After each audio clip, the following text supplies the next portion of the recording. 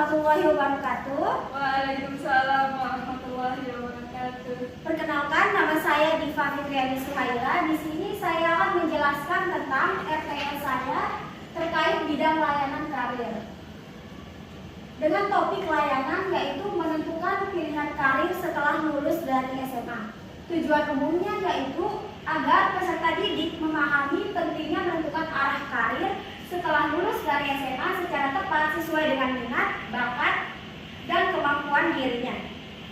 Tujuan khusus yang pertama yaitu peserta didik mengetahui berbagai alternatif pilihan karir setelah lulus dari SMA. Yang kedua, peserta didik mampu memahami faktor-faktor yang perlu dipertimbangkan dalam menentukan karir. Yang ketiga, peserta didik mampu mengenali kelebihan dan potensi diri sebagai pengambilan keputusan karir. Yang keempat, peserta didik menyadari pentingnya perencanaan karir yang realistis dan bertanggung jawab. Dan yang terakhir, peserta didik mampu termotivasi untuk mengembangkan diri guna mencapai tujuan karir yang diinginkan. SKPD-nya yaitu wawasan dan kesiapan karir. Pengenalan yaitu mempelajari kemampuan diri, peluang, dan ragam pekerjaan, pendidikan, dan aktivitas yang terfokus pada pengembangan alternatif karir yang terarah. Akomodasinya yaitu internalisasi nilai-nilai yang melandasi pertimbangan pemilihan alternatif karir.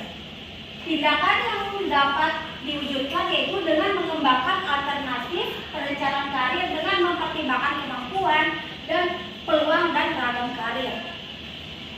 Sasaran layanan yang saya ambil yaitu peserta didik kelas 12. Materi layanan terkait bidang karir ini yaitu yang pertama, pilihan karir setelah lulus dari SMA. Yang kedua, hal-hal yang perlu diperhatikan dalam menentukan karir. Yang ketiga, mengikuti kursus atau pelatihan kerja. Yang keempat, memasuki dunia kerja dan tantangannya. Dan yang kelima, menyiapkan diri menghadapi kehidupan setelah sekolah. Oke, sebelum kita memulai kegiatan hari ini, marilah kita mengucapkan al-basmalah, Bismillahirrahmanirrahim, dan kemudian membaca Al-Fatihah dalam hati. Oke, kegiatan selanjutnya untuk membangkitkan semangat kita yang ada di kelas ini, marilah kita berdiri sejenak ya untuk melakukan ice breaking. Kita mulai ya. Kalau kau suka hati tepuk tangan. Kalau kau suka hati tepuk tangan. Kalau kau suka hati, mari kita lakukan. Kalau kau suka hati tepuk tangan. Kalau kau suka hati, injak bumi. Kalau kau suka hati, injak bumi. Kalau kau suka hati, mari kita lakukan. Kalau kau suka hati, injak bumi. Hore! Oke, selanjutnya saya akan menjelaskan tentang materi yaitu menentukan pilihan karir setelah lulus SMA. Oke, yang pertama, saya akan menjelaskan mengapa sih menentukan pilihan karir setelah SMA itu sangat penting untuk teman-teman semuanya. Masa SMA adalah periode penting untuk menentukan arah masa depan. Banyak siswa itu merasa bimbang karena belum mengenal potensi, kemampuan, dan minat dalam dirinya sendiri. Layanan ini bertujuan membantu peserta didik untuk memahami pentingnya membuat perencanaan karir yang matang, yang sesuai kemampuan dan tujuan hidupnya. Nah, karir itu bukan hanya sekedar tentang pekerjaan, tetapi perjalanan untuk menemukan makna diri kita sendiri. Oke, selanjutnya tujuan umum peserta didik memahami pentingnya menentukan arah karir secara tepat sesuai dengan minat, bakat, potensi dalam dirinya, dan kemampuan dirinya sendiri. Tujuan khususnya yaitu yang pertama untuk mengetahui berbagai alternatif pilihan karir setelah lulus dari SMA. Yang kedua, mampu memahami faktor-faktor yang mempengaruhi keputusan karir. Yang ketiga, mengenali potensi dan kelebihan diri. Dan yang keempat, menyadari pentingnya perencanaan karir. Selanjutnya, menyadari pentingnya perencanaan karir yang realistis. Dan yang terakhir, termotivasi untuk mengembangkan diri dalam mencapai karir yang impiannya. Selanjutnya, pilihan karir setelah lulus dari SMA.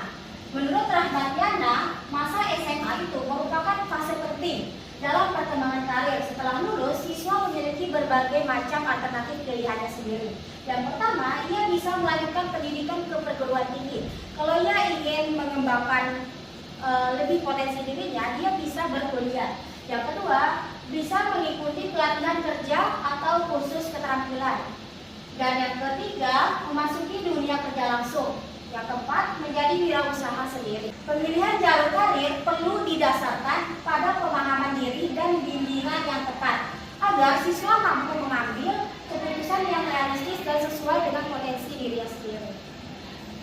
Dan selanjutnya, hal-hal apa sih yang perlu diperhatikan dalam menentukan karir?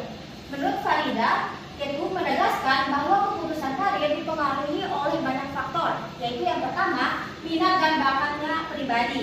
Yang kedua, nilai dan tujuan hidup. Yang ketiga, dukungan keluarga dan lingkungan sosial. Yang keempat, tren dunia kerja dan peluang masa depan.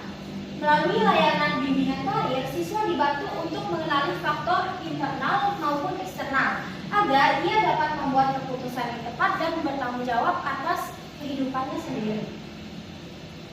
Dan selanjutnya, mengikuti kursus atau pelatihan kerja. Rahmat Yati menekankan pentingnya modeling dalam pembelajaran karir, yaitu belajar dari figur profesional.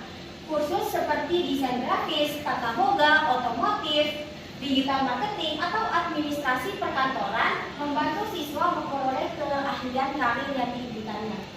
Nah, kegiatan ini dapat membentuk disiplin, tanggung jawab, dan etos kerja keprofesionalan dari dirinya sendiri. Melalui pelatihan, siswa belajar meniru kebiasaan positif yang relevan dengan kerja di dunia nyata. Oke, selanjutnya memasuki dunia kerja dan tantangannya.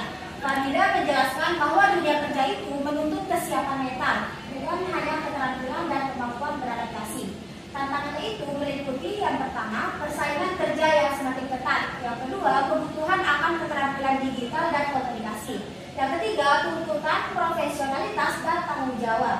Nah, siswa itu perlu memiliki persiapan karir yang meliputi kemampuan mengenal dirinya sendiri, berpikir kritis, dan membangun etika kerja. Oke, selanjutnya menyiapkan diri dan menghadapi lingkup kehidupan setelah sekolah. Nah, hal-hal yang saya jelaskan dari awal tadi itu menekankan pentingnya perencanaan jangka pendek dan jangka panjang dalam merencanakan karir.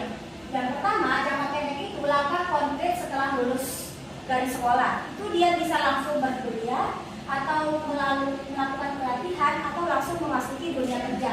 Yang kedua itu dalam jangka panjang. Itu tujuan karirnya 5 sampai 10 tahun ke depan. Seperti contohnya, kalau ia ingin menjadi wirausaha dalam usahanya sendiri. Nah, guru BK itu bisa membantu siswa membuat refleksi diri dan portofolio karir sederhana, agar mereka memiliki arah hidup dan rasa percaya diri dalam menentukan masa depannya. Oke, selanjutnya peran guru BK dalam bimbingan karir. Guru BK dapat berperan sebagai yang pertama sebagai fasilitator, yaitu membantu siswa mengenali potensi diri dan pilihan karir yang mereka minati sesuai dengan bakat, kemampuan, dan potensi dalam dirinya.